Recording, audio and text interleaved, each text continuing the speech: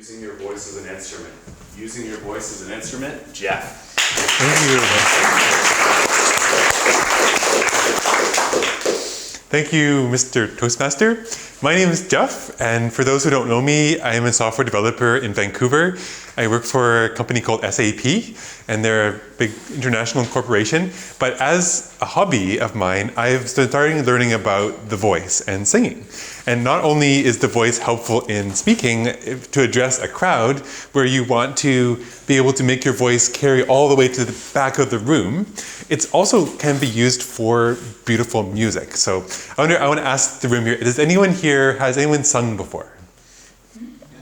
Quite a few, yes. No, Gabrielle, you haven't sung? Yes, yeah. Have you sung?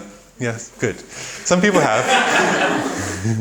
Maybe as children we were more free with our voices. We were singing all the time as we were little, and as we got older, people became more self-conscious about their voice and didn't sing so much. And I actually had this really kind of missing gap in my life. I didn't really sing at all throughout my life until about 3 years ago. And I did not join choir in high school. I just played the piano in the choir in university. I didn't actually sing, so I was always listening to singers, but I didn't actually sing. So I decided about 3 years ago I wanted to learn how to sing. So I started going on Facebook, asking my friends, does anyone recommend a teacher for me? So one guy on Facebook who's a singer in a rock band, he messaged me and said, I have a really good teacher. He lives in my building in the West End. His name is Mark, and you should give him a call and find out.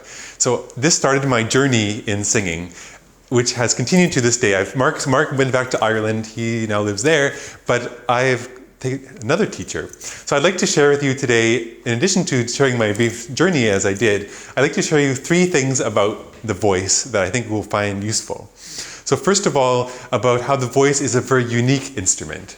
And second of all, that your health, being your voice part of your body, your health is really important to singing. And thirdly, about how to train your voice to reach your goals in what you want to do. So first of all, about the voice being unique. Now, you can go out and buy a piano for $10,000 at a music store. You can go out and buy a saxophone or a guitar, but you can't buy a new voice. Has anyone tried to buy a new voice? It's not available. You have. Very good, very good. Well, in the future, you should be able to go to some very advanced doctor or a robot who will install a new voice for you. However you want to sing. You want to sing like Adele, here you go, there's your new voice. But right now, that's not available. So we have to be stuck with the voice we have been given by our body. So the thing about the voice, it's a very unique instrument, and you need to treat it with a bit of respect. So that moves on to the second point about the voice, is that we have to be really healthy to sing and use our voice. I noticed one thing really frustrating when I started singing, that if I got a cold, I couldn't sing anymore. I had a sore throat, it hurt to sing. So I realized if I have a cold, I have to spend maybe a week without singing or 2 weeks. It really kind of slowed down my progress towards developing my voice. And a singer like Adele, who is one of the top singers in the world, even she, because she has a very big touring schedule of her concerts, she had so many problems with her voice that she had to have a vocal surgery and stop singing for a whole year because of that. And that she's back singing now, and she's in the news and got some top hits on the radio. But even for someone with such a focus on her voice as a career, she had problems getting injured. So as anyone knows who does sports, like Leon is an athlete, it's always a challenge to stay injury-free, because it can always happen. Your body may break down or something will happen and you'll get injured. So with the voice, it's a similar thing. If I'm playing saxophone, more likely it's kind of like, I can even play it if I have a cold. It's not so great, but you can still make a sound. But for the voice, no. So finally, regarding practicing and training, because I want to ask, has anyone here studied an instrument before? So quite a few. This is amazing. And I think this, just from judging from the percentage of people here who did study an instrument, people who are studying instruments also more likely to study other things, and perhaps public speaking is your next thing you're learning.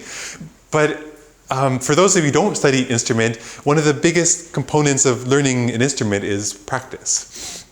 And practice means you have to basically work at least for 20 minutes to half an hour a day learning your instrument. And whether it's playing piano, doing scales, chords, exercises, and songs, these kinds of things are the only way that you can develop your instrument.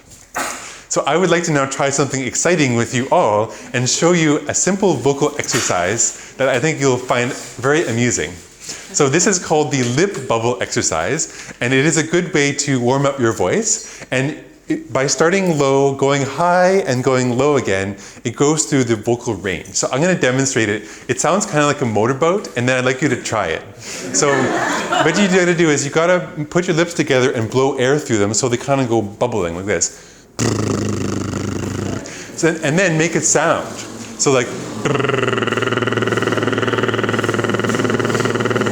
If it doesn't work, you can put your fingers in your cheeks. It might help.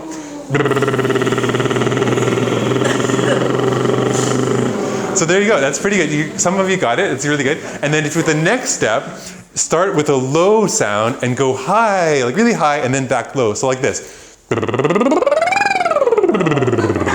Anyone want to try?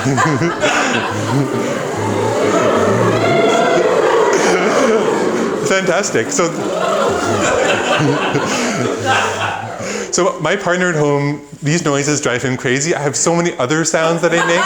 Like there's the mum, mum, mum, mum, mum, mum, mum, mum, mum, mum. And I have so many different kinds. My vocal teacher gives me these exercises to do. And I spend about half an hour a day, if I'm good, I actually do these exercises at home. And when I first started doing them, I was doing them at the office, in the farthest corner of the office, in this little meeting room where I don't know anyone who sits around there, because we have 1,000 people there.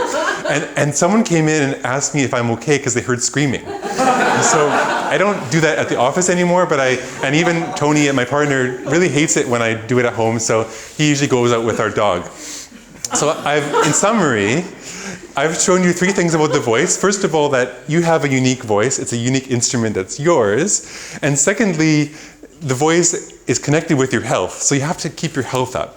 Go to bed on time, eat good food, stay healthy, make sure you take care of yourself. And finally, to train the voice, practicing and doing exercises will help you improve your instrument and learn how to sing better. Thank you. Thank you.